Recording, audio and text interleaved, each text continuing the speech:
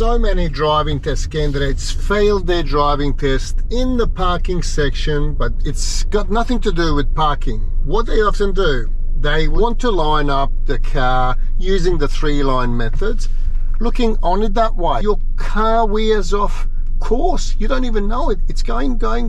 So if you're asking me, so should I correct it? Yes, you should correct it immediately. If you are one of those people who does 45-degree angle reverse parking, I personally don't recommend it, and I have a separate video explaining exactly why I don't recommend it, so make sure you check that out. Looking that way, your frontal vision, your peripheral frontal vision disappears. You don't even see it. 1, 2, that is always going to cause at best to lose significant amount of points. You have to divide your attention looking that way and a little bit that way, a little bit there and a little bit there. You can check the camera, of course you can check the camera for accuracy, but what you have to do is at least every 3 seconds look up and down the car park, up and down the car park every 3 seconds minimum.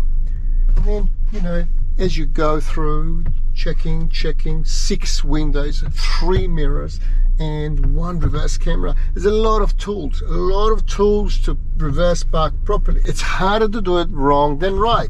People often complain, well, but there was no car, there was not one single car in the car park. Why does it matter? It matters because you did not do it intentionally. If you are unaware that your car is going where you didn't intend it to go, it's got to be a significant mark. They severely mark you for not tracking your path accurately, and that's one of the things that can fail you instantly if something happens. If you're thinking, but there was no traffic, there's no cars, why would I even, if there's no cars, if I cut this corner here, why does it matter? It matters because they don't judge density of traffic in given, car park or side residential street.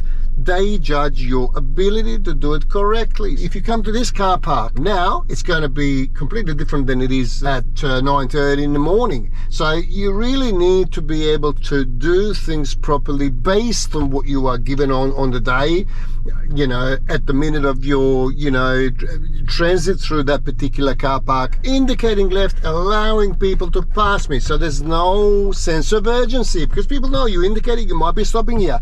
Checking there, 1, 2, looking up here. Don't allow your car to veer off your course because that's going to be so obvious, and they are going to put you under microscope even in the same car park or sometimes in the street, where you have to reverse out of a driveway to see if you are aware of your position of your car and if you are aware of, constant changes as you're moving and steering. It's reasonable expectation by any assessor that if you're counting 1, 2, that you're looking up that way as well to see if something's going to slip you right. And then once you're aligned, okay, so reverse gear, make sure you tilt your body slightly. Yes, you can look at the camera 100%, that's why they're there for, but it says check surroundings for your safety. And as you do look at the camera, you look around as well.